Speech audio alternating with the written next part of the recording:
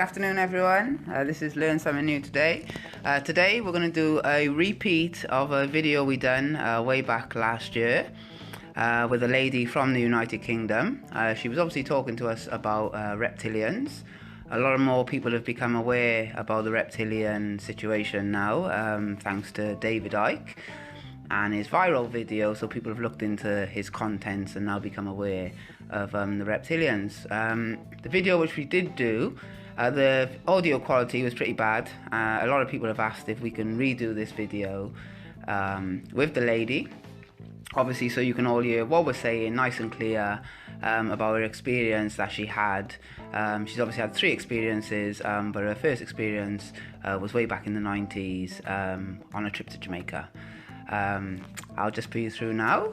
We're going to be talking to the lady, and she'd like to remain anonymous, but she will give you her experience and obviously what's happened to her. Hello, hi everyone. I'm back again.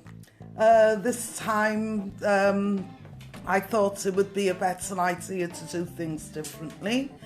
So this is my experience. Right, in the year 2000, I decided that I wanted to go to Jamaica on holiday, and I went with a friend. Now, we knew people who lived there, obviously, so this wasn't my first time that I've gone there, and I was more or less a little bit familiar with the islands. Now, one of the places that I didn't visit due to my previous trips was the Bob Marley Museum, and being a bit of a Bob Marley fan, it was somewhere that I decided that I wanted to go. So me and my friends, we booked the trip for the Bob Marley Museum, and then of course the day came. Now on the day that we were due to go, we sort of got everything together because it was going to be a bit of a long trip.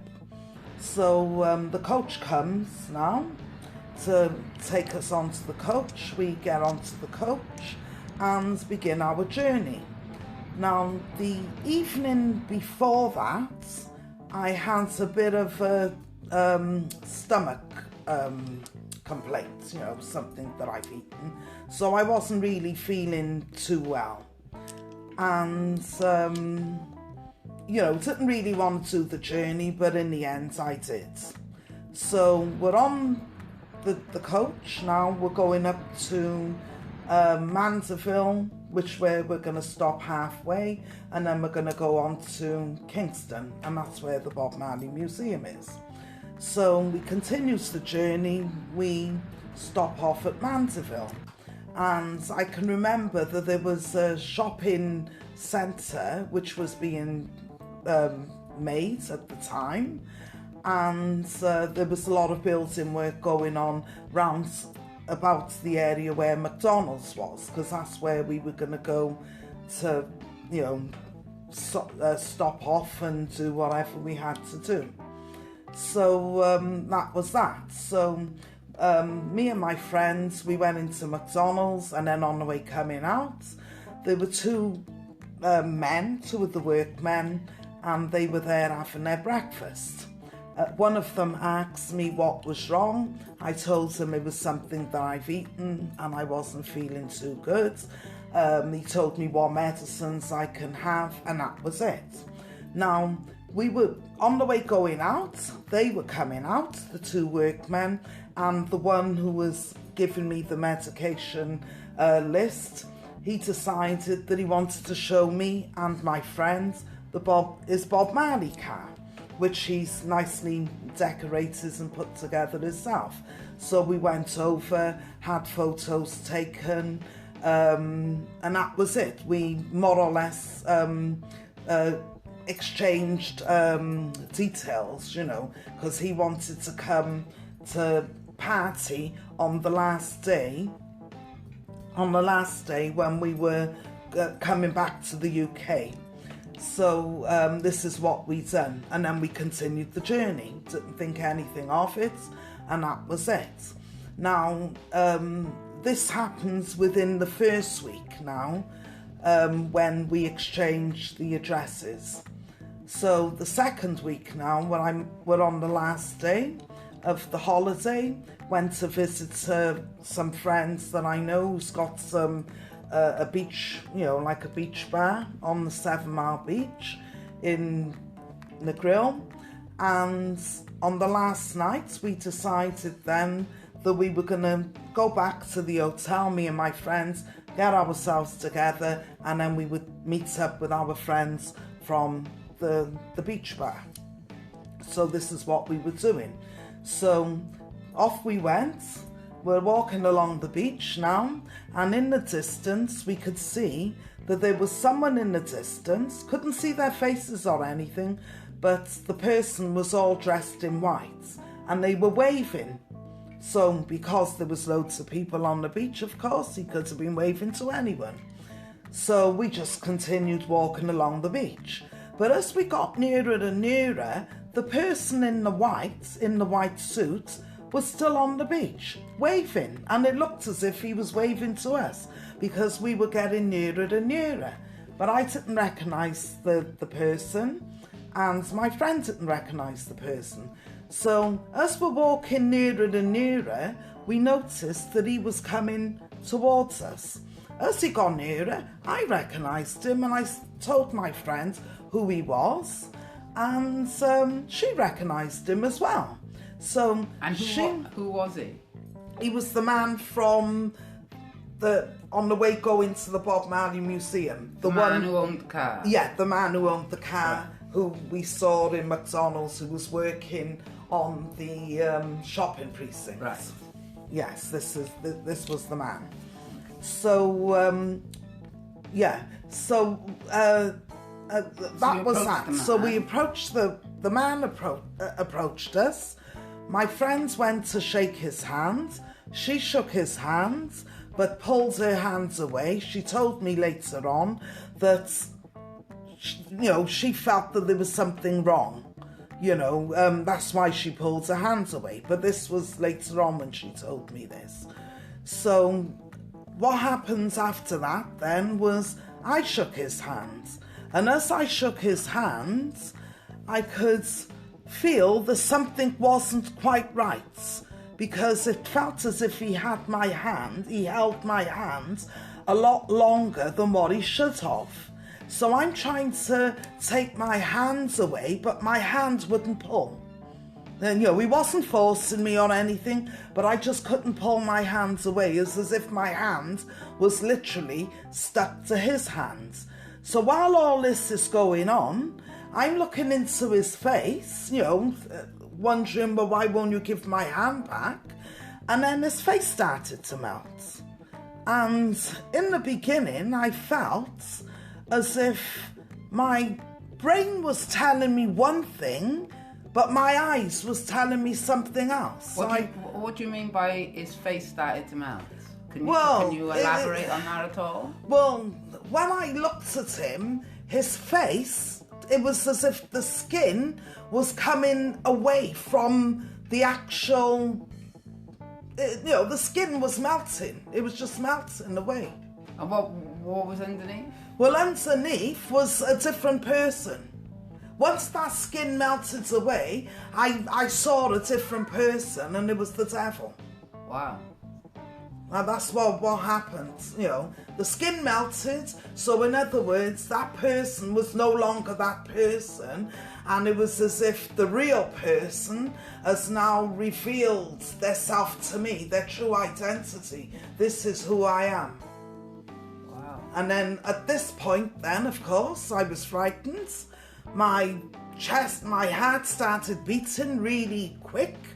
If you're frightened, of course, your heart is going to beat, and I'm frightened. And then while all this is going on, my friend stood right next to me, didn't see a thing, didn't hear a thing, just didn't know what was, she didn't notice anything. I suppose to her, everything looked normal. I don't know. But I know what was happening to me at that time.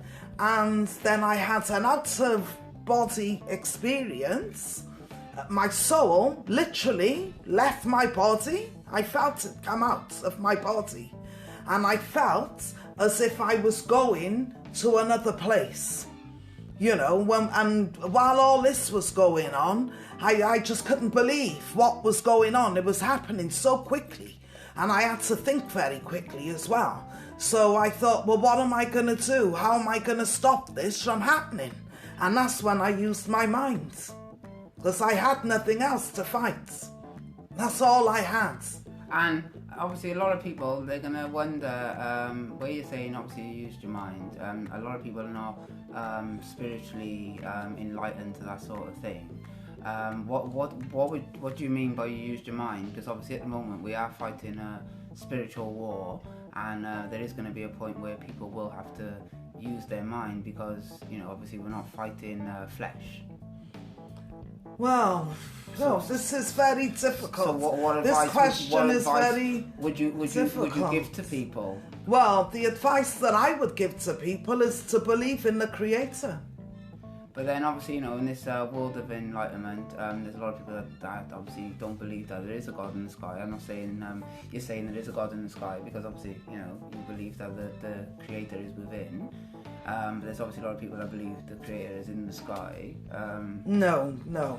The Creator's definitely not in the sky, because if he was in the sky, he would have came then and saved me when my soul left my body. But that didn't happen. So it was the mind that controls everything. And I think, your beliefs as well. I believed that he couldn't take me, he wasn't going to take me, and I was going to stand up for what I felt was right. And what exactly did you do? I didn't do anything. I didn't do anything. So I just fought with your mind. With my mind. The mind is a very powerful thing. That's all I had. I had nothing else. There wasn't anything else. I was about to lose it all. My soul had left my body. And what was he doing at this point? Well, he was arguing. I was fighting him. While I was fighting him in my mind, he was getting angrier and angrier. I could see the anger, and I could feel the anger as well, because he was shouting. I don't know what he was saying. And then when I looked in the face was angry, because he's trying to grab me and I'm trying to pull, and we were at that battle at that time. That's what I could see. That's a real spiritual war. Oh yes, we were at that battle. He's trying to pull, I'm trying to, he's trying to pull one way, I'm holding on. But at the same time, there's no physical action. No, there's no physical. Because we're talking about a mind energy. Yes, no physical. Yeah. And what happened then? Well, in the end, I suppose, when, he must have given up, because if he didn't given up, I wouldn't be here, would I? So he must have given up. And then I felt that my soul then came right back inside my body. I felt it. It came back in. And then I didn't feel too steady on my feet at that time, because I got to get my mind back to normal. This is a lot to take in. All of this have happened to you. You can't just straighten yourself straight away. And where was your friend? She was right next to me, and she didn't see a thing, didn't hear a thing, nothing. So what happened then was, once my soul came back inside my body, I didn't feel too steady on my feet, but then once I got my balance, I knew I had to get away. Because, I don't know what was going to happen next. And did you get out? How did you get away? Well, I just ran and just left him standing there. Once my soul came back, that was it, I was in control then, And did you say anything to anybody, maybe at your hotel? Or well, yes. Well, when I got back to the hotel, me and my friend, we ran on the way going back. we were running, and I was trying to tell her what was happening, and she's trying to get her head around it, and then we're still running and getting puffed out and whatever, because it was still a good trek just to get to the hotel from where this incident has happened. And you're obviously on the beach. And we're on the beach, and it's harder to run, but we made it. We got there, we got into where we were staying, shut the door, puffing and panting, and I don't know who's more scared, me or her. I don't know. We were both scared, even though she didn't see anything. But she said when she looked in my facial, looked at me, she realised that something has happened, but she didn't know what, because she didn't, see anything. And then we were in there for a good 10 minutes, and then the door knocked, and we were frightened. So, we're trying to toss a coin, who's going to open this door? And then in the end, we decided we were both going to open the door. When we opened it was the maid, and she wanted to know whether we had any towels. So we let her in. We shut the door very quickly. I told her what had happened to me. She just looked at me and didn't say anything. Then about an hour after this incident, after all this had happened, we decided then, I said to her, I need a drink. So we went downstairs, had a drink. While we were at the bar, I told the people behind the bar about my experience, and they all looked at each other, and nobody said anything. Well, nobody laughed? No, nobody laughed. No one, nothing. They just looked at me. They looked at me and just looked at each other and said nothing. Wow. Which I found was very strange. Well, I would have thought somebody would have said something. You tell a story like that. Well, the only other thing I could think of, they know about these things, and this is why they look at each other. They use, they believe in duppies and things like that in Jamaica, obia, stuff like that. So they're fully aware that there's things that go on outside of our physical sight, to what we can see. Yeah, that's what it is. But then you've also had other experiences which we didn't mention the last time we interviewed you, and that was you've obviously seen these shapeshifters, which they've now come to be called. Yes. There is other names for them, but the most common name is obviously shapeshifters. You've obviously seen different breeds, because you've obviously said the one in Jamaica you believed in the devil. But since then you've seen others which you obviously haven't named and saying you believe them to be the devil. Yes. Which obviously shows there's different breeds above the bloodlines, which a lot of people are aware of, because a lot of these reptilians they do live amongst us, and they're living in our streets and around us, whether people choose to believe that or not. Yes. So if you wouldn't mind, would you like to share your other two experiences that you've had with these other beings that are obviously living on the earth with us? A long time ago, many years ago, I done a job for a doctor. When I say done a job, I used to clean her home, and she had somebody who someone who she knew who wanted, a little bit of home help just to straighten out her place. I think she was doing something to her house and wanted it, a little bit tidy. So I didn't mind going round there to help her.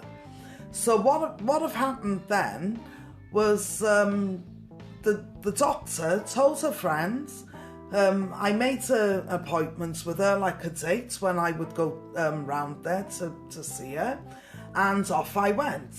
So on the day when I turned up, I haven't even pulled up properly outside her house, and I noticed that the front door was wide open.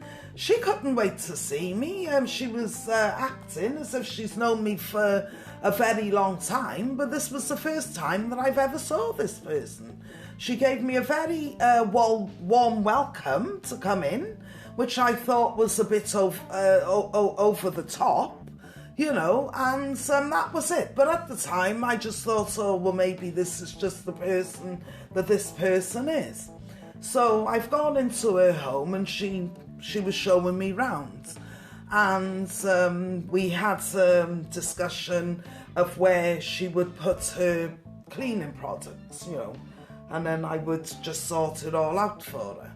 So she took me upstairs in the house, and we're talking. We're now in the bedroom, you know, she's showing me round. And we were still talking about what I was going to do and, you know, how I was going to help her to sort her house out. And as I looked at her, it was as if for that split second, I didn't see her, I saw a wolf. And then I thought, now hang on a minute, this is not happening. Let me just have a look again. Because I thought that I was seeing things just at that split second. It wasn't something I expected to see, it was out of the blue. So I turned around again to double check, and it was exactly the same as what I saw the first time. And I thought, oh damn, I don't believe this. She's just turned into a wolf. Now, I'm not making this story up. You know, I'm not making this story up. I got nothing to gain from this. I'm only telling you, speaking from my experiences of what I saw and what happened to me. You know, I mean, if people don't want to believe me, then it's entirely up to them. No. She changed into a wolf. She changed into a wolf. Are we talking a physical wolf, like all fours, or are we just talking a face? Well, the face. It was the face I saw. I didn't look anywhere else. It was just the face. Wow. And the eyes were like sky blue, like a very, very... These blues, you could never imagine those blues. When I looked, I never seen blues like that before. We ain't got that blue. No, we haven't got this blue. Not colour. this blue that I saw. That was a different blue. And that's how I knew something definitely ain't right. Because when I looked into those eyes, I seen a different type of blue. And I seen a different face in front of me. So, you know, I'm thinking, well, oh my goodness. You know, I don't believe what's just happened to me, you know. But I just carried on. I had this, you know, fear. I was frightened, of course. It's not an everyday thing. My heart was beating very fast inside my chest. But I just kept my composure and I just carried on talking to her. And then when I turned round, I think after 10 minutes, she just went back to her normal self. See, now there's a reason why things like that do happen to people. I don't know if you're aware. But basically what it is, when anyone fears anything, then naturally their instinct and their natural being will come out. So I believe that it could be that you're seeing these people, and the reason why you were able to fight off the one in Jamaica is that you as a human, and a lot of humans, they're unaware of the power that you're holding. And you're more powerful than these people.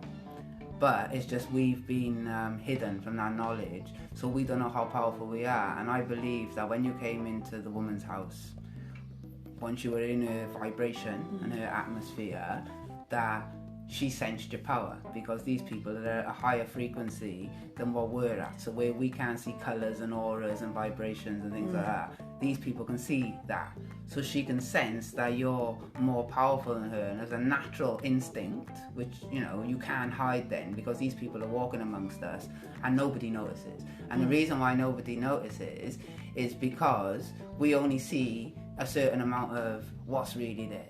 But then when you're somebody on a higher awareness like yourself, then you break past that barrier, so you get to see past the code.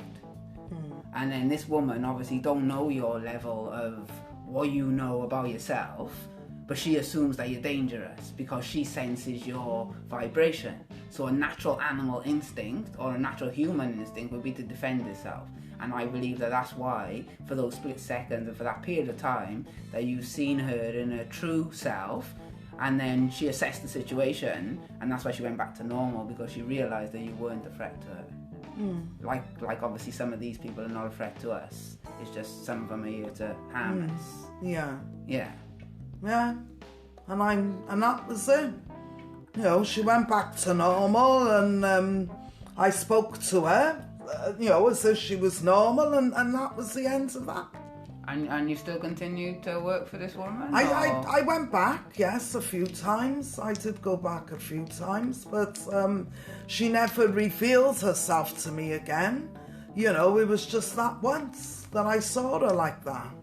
And I didn't feel threatened by her, because if I did, I wouldn't have gone back. Well, in all fairness, suppose. I think, you know, if she meant you any harm, she could have obviously got rid of you the first time when you were in her property, and she revealed herself to you, because you could have gone out and obviously, you know, possibly brought problems back to her property. If anyone believed you. Yeah, if anyone believed you. But, yeah. Yeah. No, but I just thought, well, why did I see... at the time when it happens, I thought, well, why did I see that? You know, and I just couldn't get my head around it. No, it's because... You know, I knew what I saw, but I couldn't understand why I saw it. Well, the people I believe that are seeing these things are people of a higher vibration, even if they are, regardless whether they're practicing spiritual enlightenment or meditation. It's just us as humans, we have the power.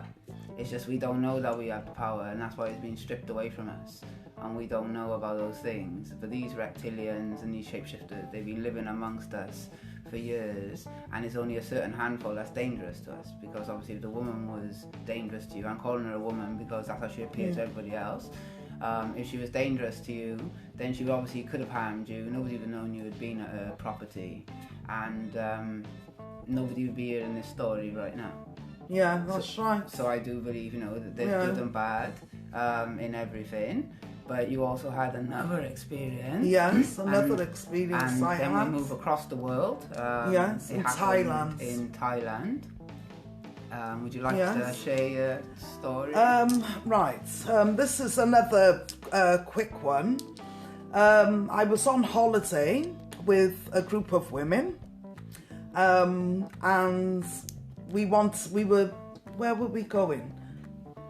I think we were on a trip. I mean, this was a long time ago. You know, this was you know, I'm going back in the, I think, mid 80s when this happened. So it is a long time ago. But so the most important part of this story is that I was going into to use like the bathroom in this place, and it was like a bar it was, and I was in a rush to go in to use the toilets, and I remember there was loads of people in this bar. It was a busy place. People are, you know, were in there laughing, enjoying themselves, whatever they're doing. You could tell there was a lot of sound around, you know, a lot of laughter. And just before I went to go into the toilet, I don't know, something told me to look across the room. And I don't even know why I even done that.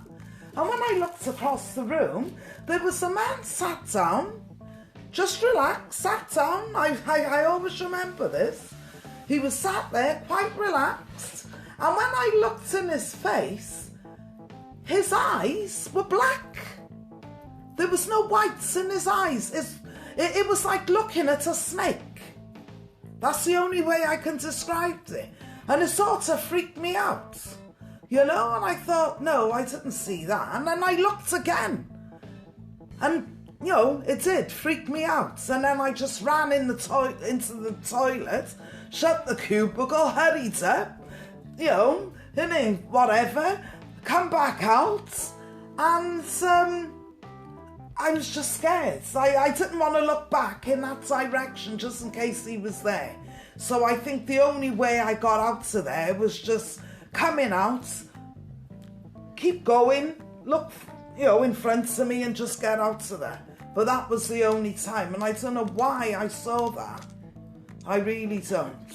See, well, I believe you. And I was with other people and they didn't see it.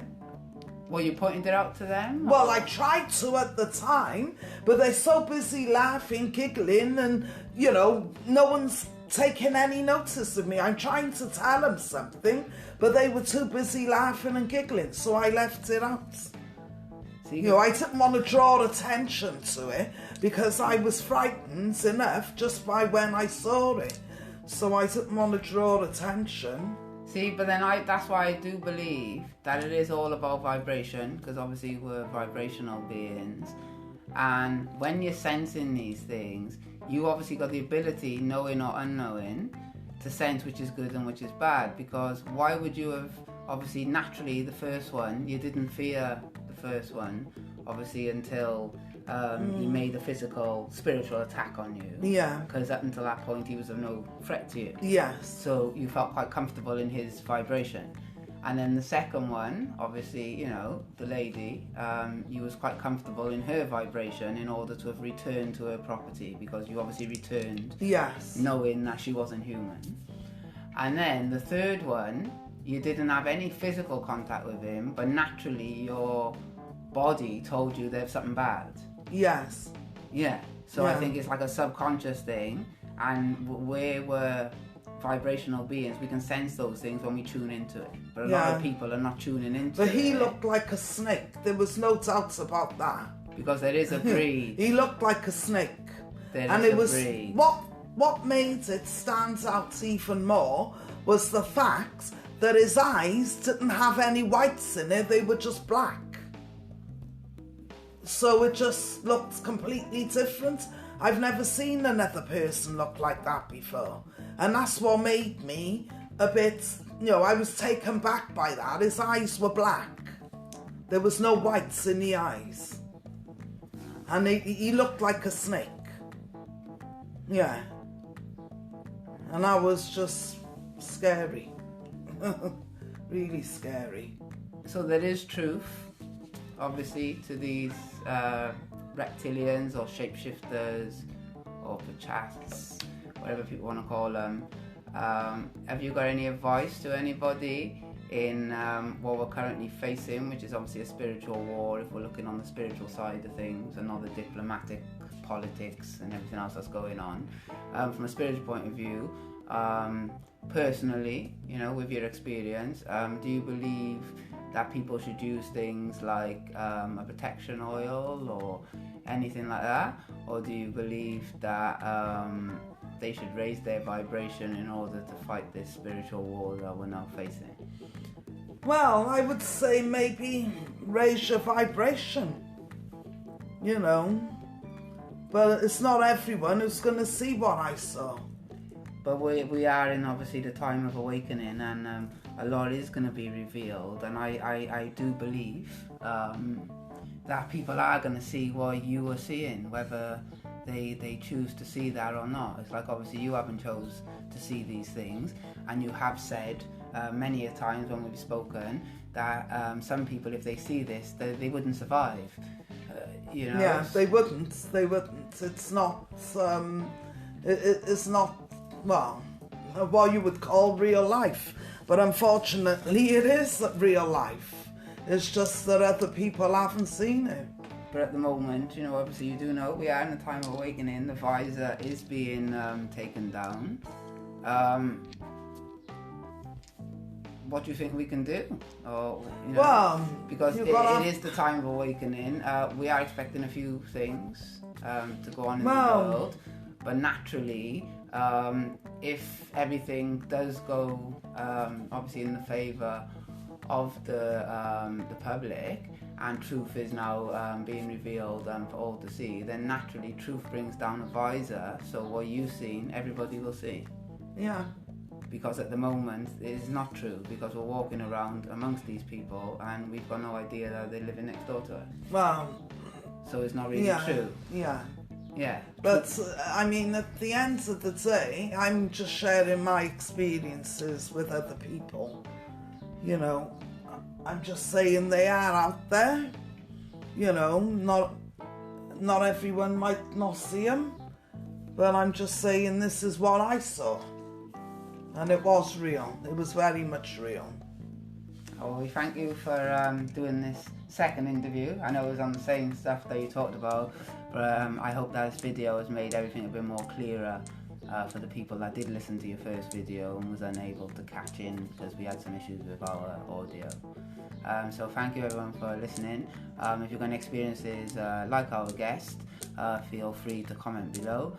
And obviously if you've got any questions that you'd like to ask her, then if you comment below, we'll be sure to forward it on to her and then get back to you with the response.